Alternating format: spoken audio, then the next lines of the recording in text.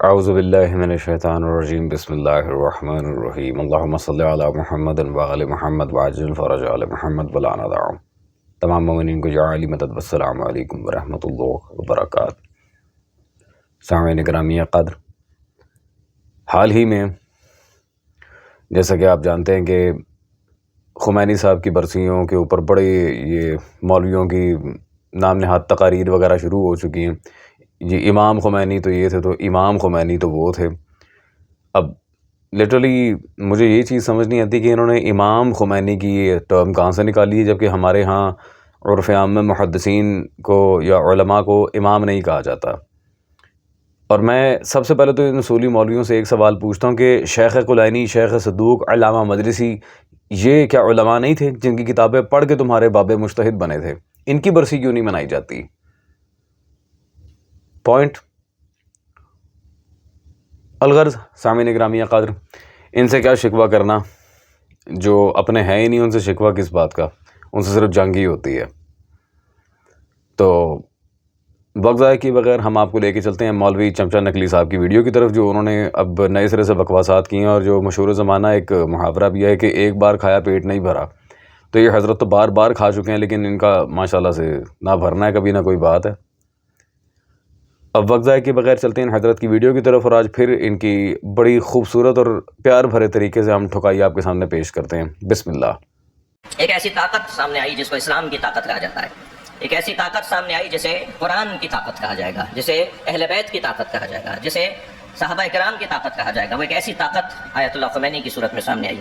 دنیا پریشان ہو گئی، سوچنے لگی کہ آخر یہ خمینیت کوئی مذہب ہے، کوئی دین ہے، کوئی ازم ہے، کوئی مسلک ہے؟ خمینیت کوئی نیا دین بن کر سامنے آ رہا ہے؟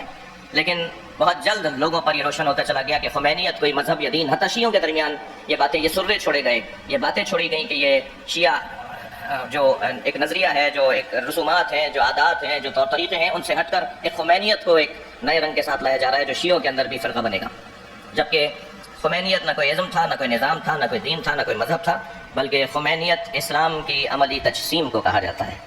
خمینیت اسلام جو کتابوں میں تھا، اسے کتابوں سے اور لائبریریوں سے نکال کر معاشرے، سماج اور انسانی زندگیوں تک پہنچانے کو کہا جاتا ہے۔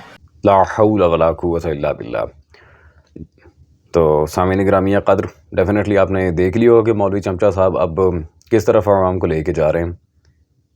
میں اس ویڈیو کو اختتامی مراحل تک لے جانے اور دلائل دینے سے پہلے آپ سب سے دست بستہ ایک گزارش کروں گا، خدا را جو عبارات میں دکھاتا ہوں، جو معاملات ہماری طرف سے ویڈیو میں آتے ہیں، وہ ہمارے ذاتی نہیں ہوتے، وہ ہمیشہ بطور خصم مخالف ہم دوسروں کی کتابوں سے نکال کے دیتے ہیں۔ تو یہ ہمارے ذاتی کلام تصور نہ کیا جائے، الا حدیث اہل بیت صلوات اللہ علیہ مجمعین، کہ وہ الحمدللہ ہمارے پہ حجت ہے۔ باقی جو چیزیں ہوتی ہیں وہ بطور خصم مخالف ہم دنیا کو دکھا رہے ہوتے ہیں۔ تو خدا را اب یہ بات کوئی نہ کرے کہ یہ جی ایجنٹ ہے، یہ جان بوجھ کے ایسے کر رہا ہے، وہ آج ہم بتا کے جائیں گے کہ ایجنٹ کون ہے ان کی اپنی کتابوں سے، اور ان کے اصول و ضوابط جتنے آپس میں یہ تصادم رکھتے ہیں ایک ایک چیز کو۔ تو خدا را میں آپ سے یہ ریکویسٹ کر رہا ہوں کہ یہ آپ ہی کے مجتہدین حضرات کی کتب جو ہم آپ کو دکھاتے ہیں، یہ سارا ملبہ ہمارے اوپر نہ پھینکا جائے۔ ہم اخباری المسلک ہیں، ہم کسی مجتہد کو منہ نہیں لگاتے۔ اب سامعین گرامی قدر، انہوں نے جو بات کی ہے کہ نعوذ باللہ من ذالک خمینیت، یہ نعوذ باللہ ثم نعوذ باللہ اسلام کی تجسیم ہے، اور جو لائبریریوں میں دین تھا نعوذ باللہ من ذالک، اسے اٹھا کے روڈوں پہ لے آئے، یہ ہے وہ ہے، اور many more things like that جو انہوں نے باتیں کی ہیں اپنی اس لیکچر میں نام نہاد مجلس میں یا پھر جو بھی ہے۔ اب ترسیم اسلام کی اگر بات کریں تو سامعین گرامی قدر، سب سے پہلے تو مولوی چمچا صاحب کی علمی حیثیت میں آپ پہ واضح کروں، یہ ذرا اسکرین شاٹ دیکھیں۔ مفتی طارق مسعود کو پوری دنیا جانتی ہے کہ وہ تبلیغی جماعت کا مولوی ہے اور ایک دیوبندی ہے، اور انہوں نے جو اپنی میڈیا ٹیم سے تھمبنیل بنوایا وہ کیا ہے جی؟ وہابی مولوی کی چترول۔ سبحان اللہ، وہابی مولوی، دیوبندی کو وہابی بنا دیا ہے۔ سامعین، یہ حضرت کا علمی معیار ہے۔ اب آگے اور کیا کہا جا سکتا ہے، البتہ ہم چلتے ہیں اپنے موضوع کی طرف۔ تو سب سے پہلی بات تو یہ ہے کہ انقلاب کی حقیقت خمینی کا سارا یہ سٹانس تھا کیا؟ اب مجھے جلدی سے دلائل دے کے بات واضح کرنے ہیں۔ سب سے پہلے تو سامعین یہ اسکرین شاٹ آپ دیکھیں، مولوی چمچا صاحب جن کی برسی کی کافی مجالس پڑھ چکے ہیں، ہندوستان میں جو خطیب اکبر ماننے جاتے تھے، یہ مرزا محمد اطہر صاحب، یہ ان کی کتاب سامعین گرامی قدر اس وقت میرے پاس موجود ہے۔ آل رسول صلی اللہ علیہ وسلم اور انقلاب کربلا، اور اس میں ان کے حجت الاسلام اطہر صاحب نے صفحہ نمبر 4 پہ واضح طور پہ لکھا ہے کہ معلوم ہوا رہبر کا چناؤ اللہ کرتا ہے، رہبر کا چناؤ ہمارے اور آپ کے بس میں نہیں۔ الحمدللہ رہبر وہ جو منصوص من اللہ، جیسے نبی و ائمہ صلوات اللہ علیہ مجمعین، رہبر کا چناؤ آپ کے اور ہمارے بس میں ہے ہی نہیں۔ مولوی چمچا صاحب، میں آپ سے گزارش کرتا ہوں کہ جس کی یہ کلوں کے آپ جا کے چاول کھا رہے ہیں، اور وہ کلوں کے یا کولوں کے مجھے نہیں پتہ، تو جن کی ماشاءاللہ سے برسیوں کی مجلسیں پڑھ رہے ہیں، خدا را کبھی ان کی کتابیں بھی پڑھ لی ہوتی ہیں۔ کیا کر رہے ہیں مولوی صاحب؟ جس کی مدرسہ پڑھنے جا رہے ہیں وہ آپ کے سارے عقائد کا اٹھا کے بیڑا غرق کر گیا اپنی کتاب میں، اور ماشاءاللہ لگے ہوئے ہیں بس وہ جی فرجاؤ صاحب۔ اب سامعین گرامی قدر، آپ نے ایک چیز پر بہت زیادہ غور کرنا ہے کہ خمینی وہ ڈرامے باز انسان تھا، ٹو بی آنیسٹ۔ مجھے مجبور کیا انہوں نے کہ میں خمینی کی حقیقت سنوں۔ خمینی لعنتی انسان وہ ڈرامے باز تھا، پرلے درجے کا ایکٹر تھا، اور پرلے درجے کا جھوٹا انسان تھا۔ اس بندے کی اپنی کتابوں میں وہ چیزیں موجود ہیں جس کا رد خود یہ اور اس کے علماء خود باقاعدہ کر چکے ہیں، وہ آپ کو تفصیلاً آج ہم بتاتے ہیں۔ جیسے یہ ان کے شہید سعید حیدر صاحب کی کتاب امام خمینی شخصیت و افکار، اس میں صفحہ نمبر 56 پہ خمینی کی ایک عبارت انہوں نے درج کی ہے یہاں، حتیٰ کہ امام امت عالم اسلام کی موجودہ صورتحال میں خلافت عثمانیہ کی مانند ایک مملکت کو بھی غنیمت سمجھتے تھے، کیونکہ نفاق اور انتشار کے نتیجے میں مسلمان استعمار کے لیے ترنے والا ثابت ہوتے۔ کس کو؟ خلافت عثمانیہ کو۔ اور استعمار کی جو بات ہو رہی ہے، اس پہ ان دونوں مسائل پہ آپ نے غور رکھنا ہے۔ سامعین گرامی قدر، یہ میرے پاس عبد الصالح کتاب موجود ہیں ان کے آیت اللہ موسیٰ صدر صاحب کے سوانے پہ، اس میں خود وہ صفحہ نمبر 5 پہ یہاں وضاحت دیتے ہیں کہ بلکہ 4 پہ، عثمانی سلطنت کے سقوط اور فرانسی استعمار کی بات ہوئی اتنا الغرض، اور یہ سلطنت عثمانیہ کا بھی یہاں ہے۔ فرانسی استعمار کے لبنان پر تسلط سے جن سماجی اور سیاسی حالات نے جنم لی، انہوں نے جنوبی لبنان کے شیعوں کی پسماندگی کو دو چنداں کر دیا۔ شیعوں کے برے حالات کا سارا کریڈٹ کس کو جاتا ہے؟ یہ فرانسی استعمار کو اور عثمانی سلطنت کو، جس کے خمینی غنیمت سمجھتے تھے ماشاءاللہ۔ ٹھیک ہے جی، فرانسی استعمار اور سلطنت عثمانیہ، ان کی وجہ سے ہی شیعان علی کو نقصان دیکھنا پڑا ہے۔ اب سامعین گرامی قدر، یہاں پہ انہوں نے اپنی کتاب میں تسلیم کیا کہ فرانسی استعمار کی وجہ سے، خلافت عثمانیہ کی وجہ سے شیعوں کو نقصان کا سامنا ہوا۔ تو خلافت عثمانیہ کی تعریفیں خمینی کرتا پھر رہا ہے، وہ نظر نہیں آئی ماشاءاللہ، اس حکومت کو نعوذ باللہ غنیمت کے طور پہ سمجھ رہے ہیں۔ اور اب رہ گئی فرانسی استعمار کی بات، تو یہ مرتضیٰ مطہری کی کتاب میرے ہاتھ میں اس وقت موجود ہے، جو انقلاب کے اوپر ہے، انقلاب اسلامی کی فکری بنیادیں۔ صفحہ نمبر 42 پہ بڑی قابل توجہ باتیں ہمیں اور کریں۔ انقلاب فرانس سے تقابل کرتے ہوئے ہم دیکھتے ہیں کہ بالکل اسی طرح کا انداز فکر اس انقلاب کی روح تھا، یہ اعتقاد کہ جو بھی آزاد ماں سے پیدا ہوا وہ آزاد ہوتا ہے۔ انقلاب ایران کی روح کیا ہے جی؟ انقلاب فرانس۔ واہ سبحان اللہ، کیا بات ہے۔ سامعین گرامی قدر، دوگلی پالیسی ہو تو ایسی ہو۔ ایک کتاب میں کہتے ہیں سلطنت عثمانیہ کی بڑی جی وہ غنیمت کے طور پہ اسے خمینی دیکھتے تھے، اس کو کچھ حد تک تسلیم کرتے تھے یا پھر واٹس ایور اس کی تعریف کی۔ دوسری کتاب میں لکھا ہے اس کی وجہ سے شیعوں کو نقصان ہوا۔ پھر آگے وہی لکھا کہ یہ فرانسی استعمار کی وجہ سے شیعہ مذہب کو خطرہ ہوا، اور دوسری کتاب میں لکھ دیا کہ فرینچ ریولوشن، فرانسی انقلاب ہی اصل ہے انقلاب اسلامی کی۔ سبحان اللہ۔ اب بندہ پوچھے کیا تمہیں مختار ثقفی سلام اللہ علیہ کا انقلاب نظر نہیں آیا؟ کیا تمہیں زید شہید کا انقلاب نظر نہیں آیا؟ کیا نواب کربلا کا انقلاب نظر نہیں آیا؟ تمہیں یہی انقلاب نظر آئے ہیں؟ آپ خود دیکھ لیں یہ بدبخت مولوی، کیونکہ جھوٹے کو اپنی بات یاد نہیں رہتی، یہ کتنے تیز ہیں۔ ایک جگہ مخالفت، دوسری جگہ ماشاءاللہ سے اس کو روح قرار دے دیا اسلامی انقلاب کی۔ یہ ان کے سارے انقلاب کا جو جھنڈورا انہوں نے پیٹا ہوا ہے، یہ اصل ان کی حالت ہے۔ اب چمچا صاحب اس کا جواب دینا ہے آپ نے، آگے چلتے ہیں۔ اور سامعین گرامی قدر، ان لوگوں کا دیوبندیوں کے ساتھ اور بالخصوص بدعقیدہ ناسوی دیوبندی میں منصف مزاج دیوبندی بھائیوں کی بات نہیں کر رہا، جو بدعقیدہ اور انتہائی گستاخ رسول قسم کے دیوبندی تھے، ختم نبوت کے منکرین میں سے تھے باقاعدہ، ان کے ساتھ ان کی پتہ نہیں کیا کمپیٹیبلٹی ہے، میں آج آپ کے سامنے وضاحت دیتا ہوں یہ۔ اور ہاں، جو میں نے پہلے یہ مرزا محمد اطہر صاحب کی کتاب سے یہ عبارت پیش کی، آل رسول انقلاب کربلا صلی اللہ علیہ وسلم، اس کی شرح پہ یہ ان کے نام نہاد شہید مرتضیٰ مطہری کی کتاب ہے امامت اور رہبری، اس نے پوری کتاب باقاعدہ اس موضوع پر لکھی ہے کہ امامت اور رہبری یہ دونوں کی دونوں چیزیں ہوتی ہی منصوص من اللہ ہیں، اور یہ سیاسی رہبروں کا رد باقاعدہ مرتضیٰ مطہری نے اپنی کتاب میں کیا ہے، یہ پھر پکڑے گئے الحمدللہ، اب بنا لو رہبر، یہ ان کا حال ہے ماشاءاللہ سے۔ الغرض سامعین گرامی قدر، میں اب آپ کو مزید وضاحت دیتا ہوں کہ ان کا دیوبندیوں کے ساتھ کتنا یہ پیار محبت ہے اور کیا سارا سیر ہے۔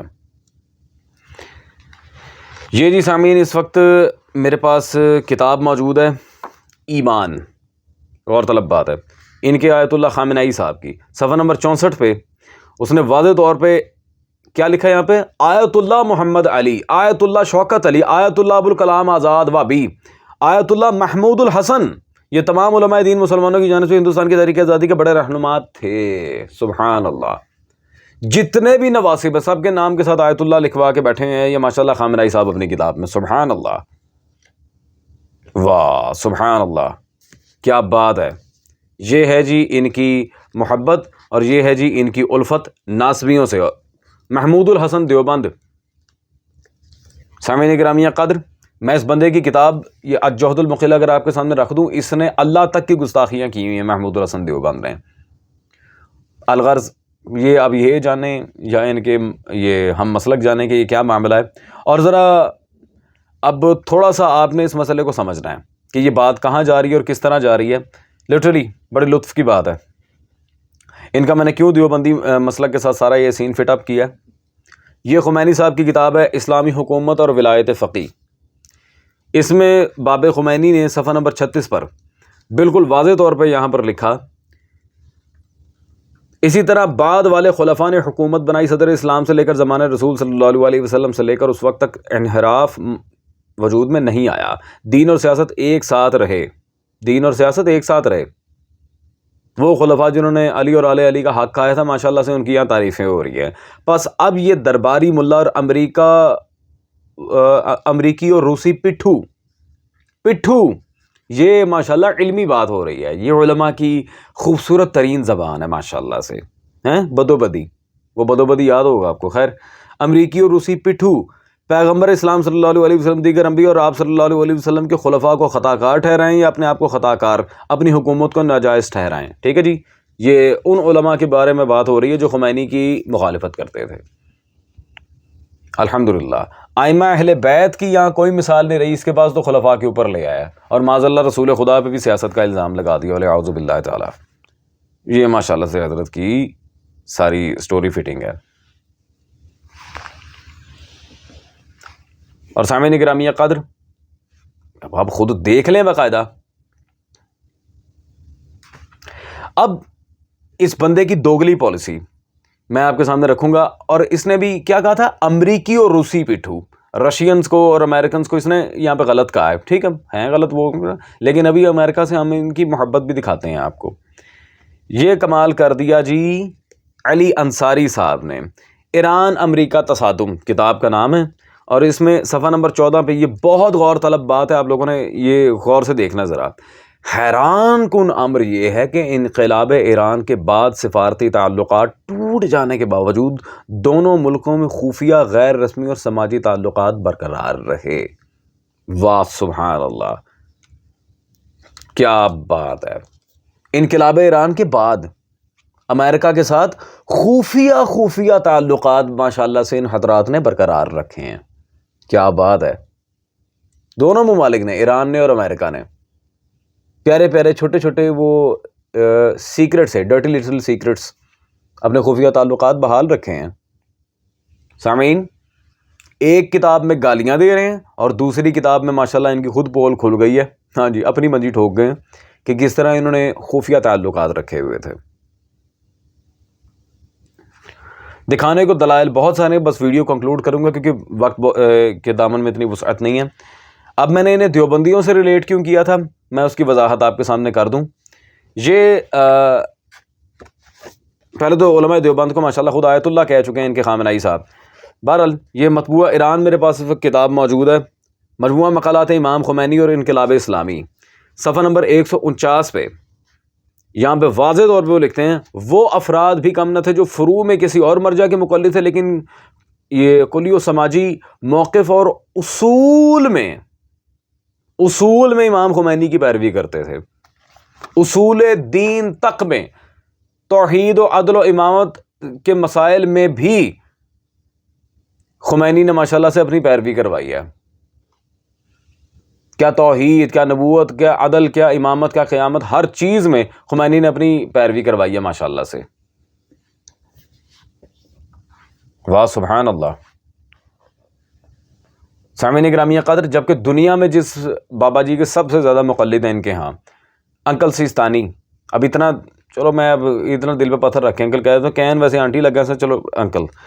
یہ ان کی توضیح المسائل میرے پاس موجود ہے. اب ذرا غور طلب بات ہے، خمینی پہ فتویٰ لگنے لگا. صفحہ نمبر 15 پہ احکام تقلید میں پہلے مسئلے میں انہوں نے کہا اصول دین میں تقلید نہیں کی جا سکتی. سبحان اللہ.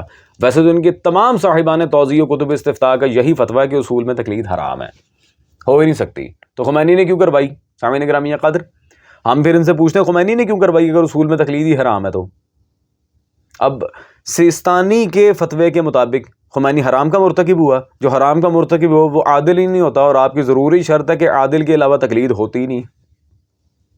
او بھائی، پورے کے پورے نظام کی ماتم مروا دی ہے یہاں پہ الحمدللہ یہ حرکت کر کے.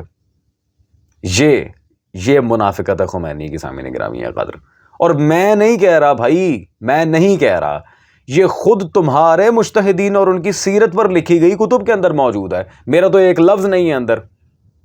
اب میں نے دیوبندیوں کے ساتھ ان کو کیوں اتنا رکھا ہے، آئے ذرا میں اس کی وضاحت کروں. یہ خلیل احمد سہارنپوری بہت بڑے ان کے نام نہاد فخر المحدثین ہیں. ان کی کتاب المحند علی المفند، یعنی عقائد علماء اہل سنت دیوبند، صفحہ نمبر 23 پہ کہتے ہیں ہماری ساری جماعت الحمدللہ فروعات میں مقلد ہیں. ہماری ساری جماعت بحمداللہ فروعات میں مقلد ہیں. مقتدی خلق حضرت امام حمام، امام اعظم ابو حنیفہ نعمان بن ثابت کے اصول و اعتقادیات میں پیرو ہیں امام ابو الحسن اشعری اور ابو منصور ماتریدی کے. سبحان اللہ. جو ابھی خمینی کی یہ ساری ہم نے کارستانی دکھائی ہے فروع میں کسی اور کے، اصول میں خمینی کے، اسی طرح وہ بھی فروعات میں ابو حنیفہ کے اور اصول میں یہ اشاعرہ اور ماتریدیہ کے پیروکار ہیں ماشاءاللہ سے. عقیدہ ابو حنیفہ سے نہیں لیتے. اسی طرح سامعین گرامی قدر عقیدہ سب نے خمینی سے لیا ہے، فروعات باقی مجتہدین سے. اب اس میں مجھے نہیں پتا کیا ساری سٹوری ہے، کیا خمینی کو فروعات میں علم کی کمی تھی یا باقی مجتہدین کا عقیدہ ان کا غلط تھا، یہ فیصلہ اب عوام کرے گی. ان دونوں میں سے ایک قول اب انہیں لازم و ملزوم ہے اپنے اوپر لانا پڑے گا. یا خمینی فروعات میں کمزور تھا، اسے فروعات میں کچھ نہیں آتا تھا، جاہل تھا، یا ان کے علماء اعتقادی مسائل میں جاہل تھے اور صرف خمینی عالم تھا.